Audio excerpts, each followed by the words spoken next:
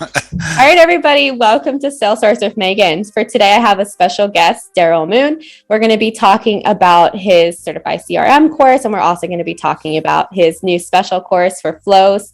So for today, those that are new here, I actually talk about everything Salesforce, tech, and career growth. So if that is of interest to you, go ahead and click the subscribe button. And without further ado, I am just going to let Daryl Moon introduce himself.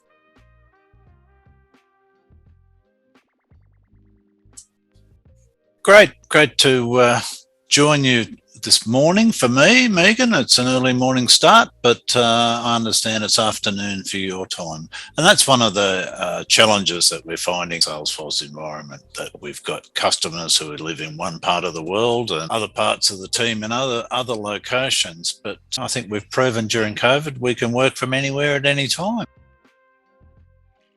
My background goes a long way back. I started as a teacher. Did that for about 5 years. Had a lot of fun, enjoyed it, but hit a blank wall as when it came to promotion. And at that point, I decided to move into an IT role. Stayed with the education department, but moved into their IT department. Worked there through a whole lot of different roles over a period of about 15 years. Until they decided they need to have any IT experts in the department, and that they would outsource it to somebody who knew absolutely nothing about education. So we pivoted and moved on from there. About the same time, my mum was fairly sick. She was in a pretty bad way, and Dad was struggling to look after her. So I moved back to my hometown down in Victoria, in the southern parts of Australia, and was helping look after Mum, and decided to go back to college and do some more training. And I was sitting in this class on networking one day, and I thought, gee, the instructor's really struggling with this, and he was pretty time poor and had lots of courses. And I didn't realise at the time that I was actually eligible to teach that course because of my previous teaching qualifications, and I'd also gone on and done a Bachelor of Computer Science as well. So fast forward, I ended up teaching computer systems engineers for 4 years. Moved on from there when I got an opportunity to go overseas and do some teacher development in the Pacific island of Vanuatu. And that's where my fun fact comes in, but I'll circle back to that in just a minute. So, yeah, went from teaching into IT, back to teach. It's been a fun journey, lots of twists and turns along the way. My wife and I returned from Vanuatu in 2014. My IT skills were quite broad. So I went to Vanuatu, was teaching teachers, developing teachers' skills, building a business and IT centre. So that was actually a construction project that I managed. Went on to run an IT business there for 3.5 years and work on a couple of other projects along the way. But when I come back to Australia, the market had changed significantly, and no longer did they want generalists, they wanted specialists. So although I could do a little bit of development and a bit of networking, a bit of web work, all sorts of, very broad skill set, they wanted a very narrow focused skill set. So I got this job for 2 weeks to come in and fix up some spreadsheets. I can do that. That's Excel. I can write some macros. I can clean up the data. Turns out that was the start of my accidental admin journey, and those spreadsheets were for importing into a CRM.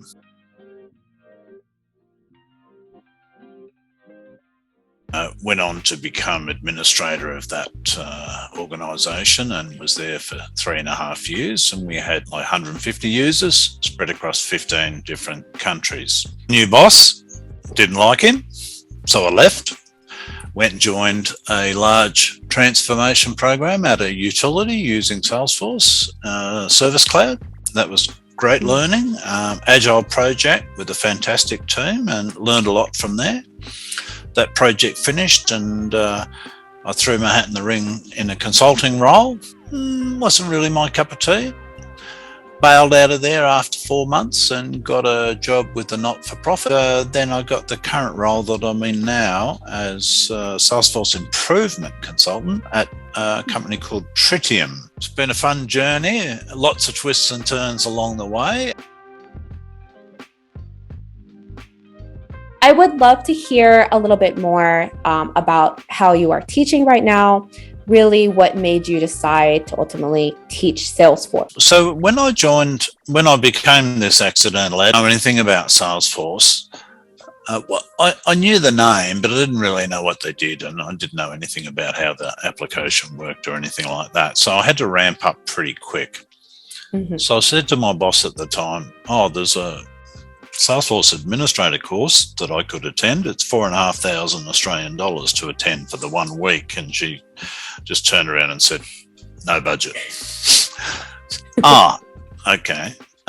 So I had to think about it, and we were using a partner for our implementation at the time, and shout out to Maria. Thank you, Maria. Pointed me in the direction of Trailhead. Trailhead had only just started then, so there must have been about 2015. So I got started on there, joined up with some of the user group, met some good people there. Okay, how am I going to get through this certification? Trailhead, I've seen lots of video resources out there that I could use, and so I sort of put together my own personal training plan, which was a combination of do some stuff on Trailhead, find out all the free resources, the videos and blogs and things like that I can.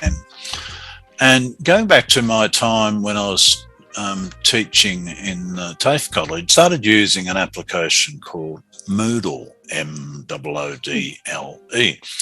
It's an online learning platform. It's a free platform supported and used by universities and colleges all around the world and schools of all different sizes. So I started actually using that in my day-to-day teaching and found some really good results. And some of the things that the students liked was that I could schedule assignments to be due at midnight on Sunday night. Instead of saying, well, you have to hand it in to me and physically hand it in to me by Friday, there was no point really, because I wasn't going to do anything until Monday morning. So why not give them all of that weekend as well to work on their assignments and submit them when they were ready? So they really liked that. The other thing that they liked is that I would prepare the material for the next week, a couple of weeks in advance, and then I'd release it. So next week's material was available to be viewed, a few days before. And my audience was a bunch of young guys, mostly guys. I don't think we had any girls in that particular course at the time. And they were aged between about 18 and about 30. And what were they doing on a Friday night at 7 or 8 o'clock? What they should have been doing, is different. But what they were actually doing is they were logging on to see what we were going to learn next week. And that just blew my mind. So I had this plan and I had a document with a whole bunch of links and things. And so I thought, okay, I could use Moodle and I could just make my own course for myself and just use it as a way of organizing this content. So I did that, and it was really useful, and I had some quiz questions. I'd write my own quiz questions, and if I tested myself on them a week later, and most of them I'd forgotten the answers to anyway, so it worked. And got to a point where I was ready for the exam, and I thought I was pretty well prepared, and I passed the exam, and that was great. And then I thought, okay, well, that's finished with that now. I wonder if somebody else would find that course useful. So a couple of posts on LinkedIn, and pretty quickly I had people logging in and from all over the world. And today we've got 4 paid courses, a few free courses, and about 7,000 students. So it keeps me busy. Oh yeah, for sure. I know that you have a flow course, and you just mentioned some of your other courses. And I just took one, absolutely love the flow course. But if you were to speak to the people watching, the viewers right now, what is different about your course versus other courses out there? Why should somebody take Daryl Moon's course? One of the things that I think is really important, that to be really effective, whether you're in a consulting or a teaching role, is you've got to stay connected with the job. one of the things that I saw when I was teaching at the TAFE college, some of my colleagues were electrical instructors. So they were teaching of electricians. But some of these instructors hadn't been out in industry for like 12 or 15 years. They'd been teaching for all this time. And we actually had a program where they could go back into industry and do some practical work experience in industry and stay up to date. So I try to balance my role. So I do have a full-time role working as an admin / flow developer come consultant. So, but that's really important because there's so much crossover between what I do in my day-to-day job and, you know, I might pick up something in my day-to-day job and go, wow, that would be really handy in my advanced flow course. I'll just make a note that, yeah, that's something really useful that I could do there. Or vice versa. You know, I pick up something in flow that I'm learning as I'm creating a course, contributing to a discussion on one of the forums, and that comes into my work environment. So a lot of cross-pollination between the two. I would agree with you. And as a content creator myself, like, you know, working during the day and then seeing things on LinkedIn and just seeing comments of what would be helpful, it's like you want to be able to implement that. And it's so easy to implement it right into your courses. Yeah. So another thing I really liked about your course was the ability to cater to different type of learners. And I think because your education background, that really shined right there for your courses. You had videos, you had ability for the reader to be able to go through it step by step by step. You just had so much ability to be able to cater to different type of learners. Did you know that creating your course? Did you kind of like think about that? Absolutely, yes. Very much a conscious decision. I was a bit reluctant with the video, and you know, seeing yourself in video is a bit intimidating at first, and it wasn't really my thing. But I quickly realised that learners have got different styles. Some of them like to read something. You can point them to a Salesforce help article, and they'll go off and read that, and they'll go, "Oh, okay, that clicks with me." Others want to see it step by step with some demonstration. Others want to see it with video. So as my courses have, you know, I've written half a dozen courses over the last 4 or 5 years, and as, you know, they get better and better, and I embed what I learn. So it's very much an agile process. I embed what I learn about what went well in that course in the next one. So always the very latest course that I've written is the best one. And that happens to be the flow course at the moment. Yes. And I'm glad you actually mentioned that. On top of the videos that you had and the step-by-step content for, you know, if you needed additional resources, you also had the external pages, which was so helpful.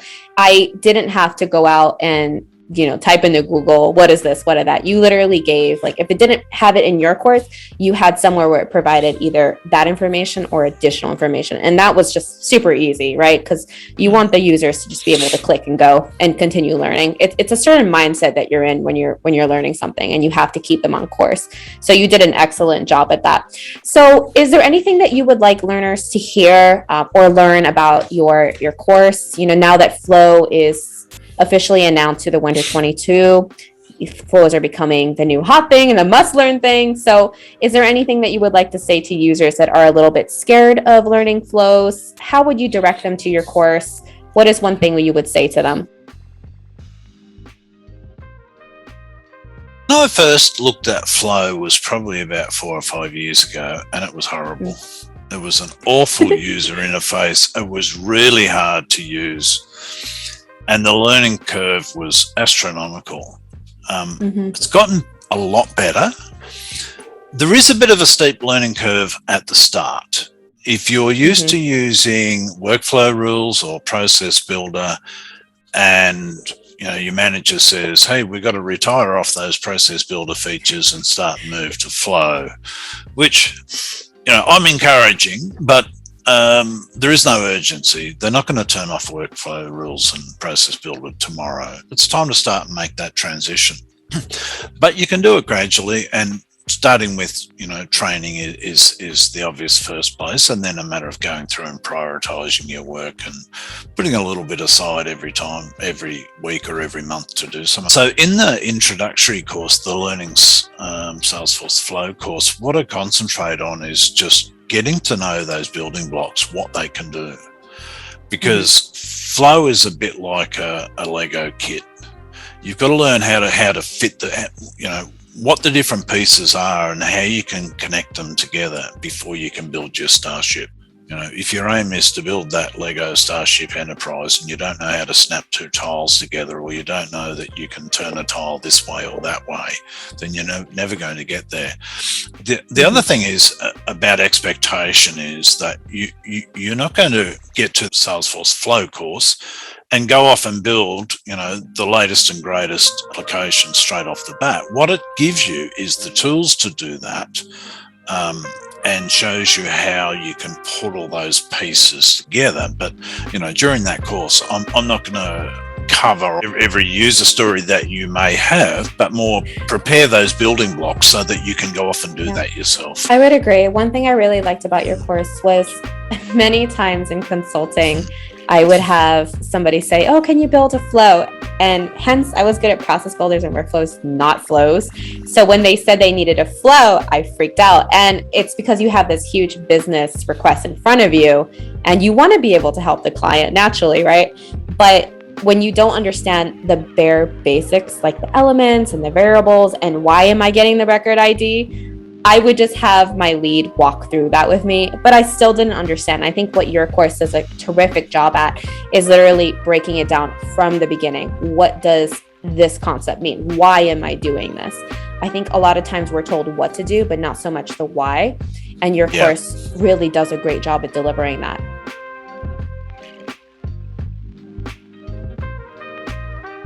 In all of the courses, I like to throw in a little project as well where you can put that into action. Now, I've started on the next course, which is Advanced Flows, and it's just full of mini projects. One of them is the admin's toolkit, which you'll build. So there's a whole bunch of flows there that would be helpful for you as an admin. And just to give a quick example, you create a new sandbox.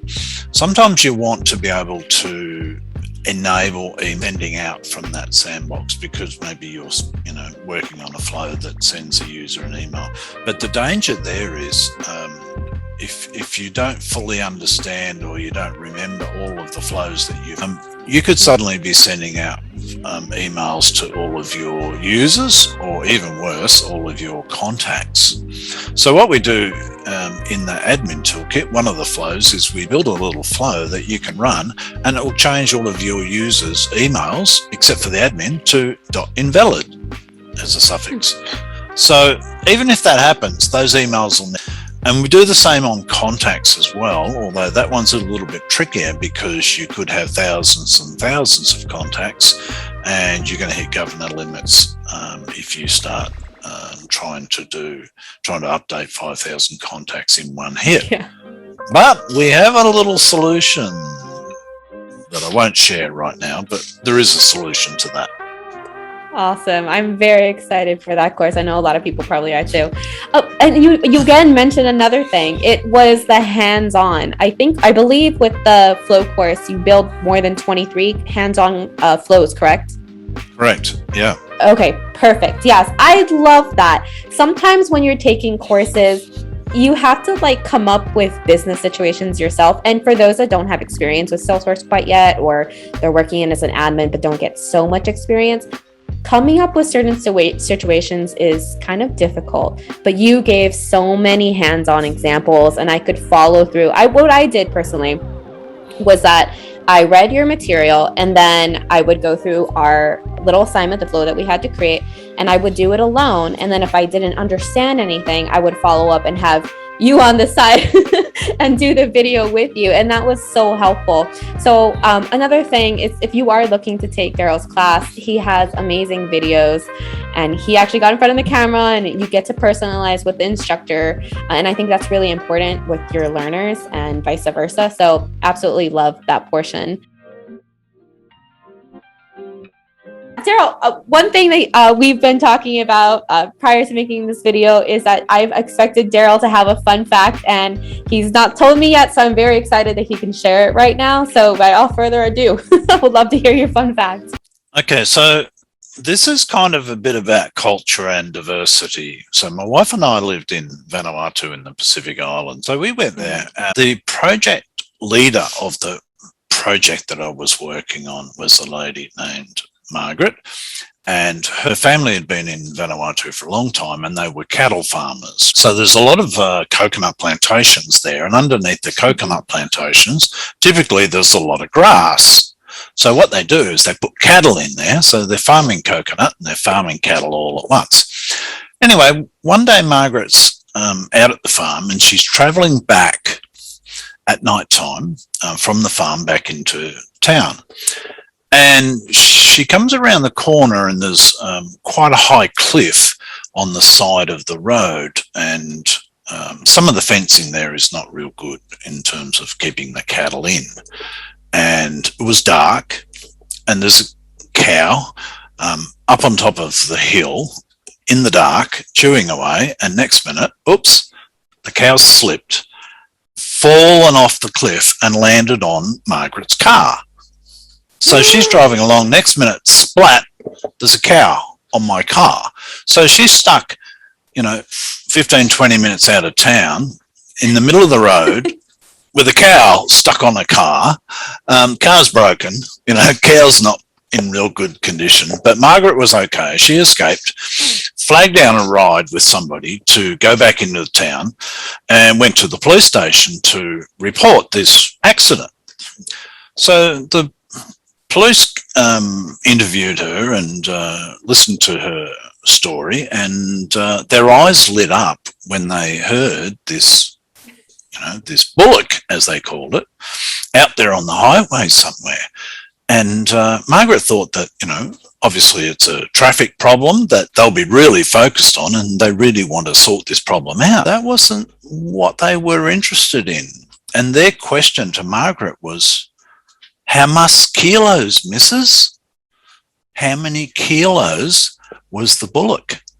They wanted to know, was it a big one? It's going to feed the whole family, feed the whole village. And she said their eyes just lit up when I told them it was about 300 kilo bullock.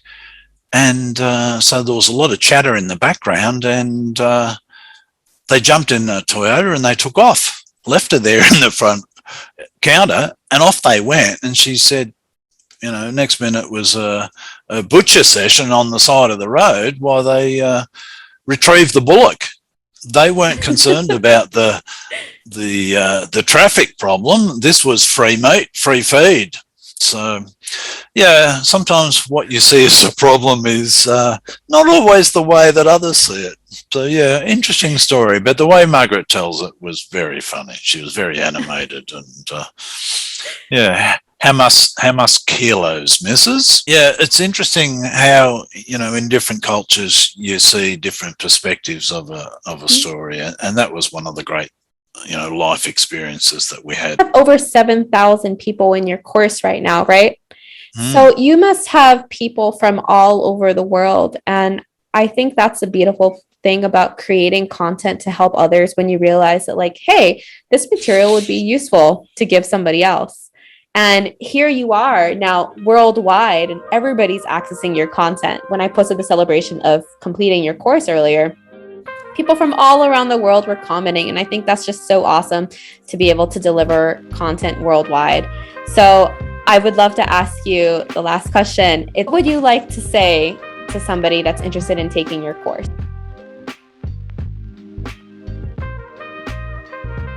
You've got to put in the time and effort, and we try to make that fun, and that's the whole flavour of the Trailhead experience. And I do use links to Trailhead resources quite frequently, because I figure that, well, there's no good me repeating that content. That's the other thing is, and you mentioned earlier about having links to other content. I think that's important because you need to have a third-party view of the world sometimes. If you go into a Salesforce full-time, face-to-face course. They'll tell you how wonderful the product is, and they'll teach you all about it, and nothing wrong with that. But they'll give you a sanitized view. They'll give you the company view. They won't tell you, oh, well, yeah, here's how to use workflows, but, don't bother because they're being retired soon anyway. They won't give you the warts and all view. And I think that's important, that you get that independent view. And so that's why I try to throw in, additional content. Maybe it's just they don't like the sound of my voice and they want to listen to somebody else. They just want something a little bit different. Sometimes you can present the same material in many different ways. It's just a matter of mixing it up a bit so that you get something for everybody. I would agree. To everybody watching, Daryl has amazing content. Like we said in the beginning of the video, he caters to people that like to watch videos better. If you want to do the material first and then watch along and do it as he says it, then that's perfectly fine too. He has all the resources available to you. And I definitely agree with also getting a third perspective into your learning journey. Something at the end of the course, if you decide to take the Flow course, is that you'll see Daryl list 4 or 5 different individuals that also talk about flows. And I found that personally very helpful to be able to understand how other people teach as well. Because as he said, people teach differently and you have to find the best resource for you at the end of the day. Daryl's here to just make sure that you can understand the flows and feel confident moving forward.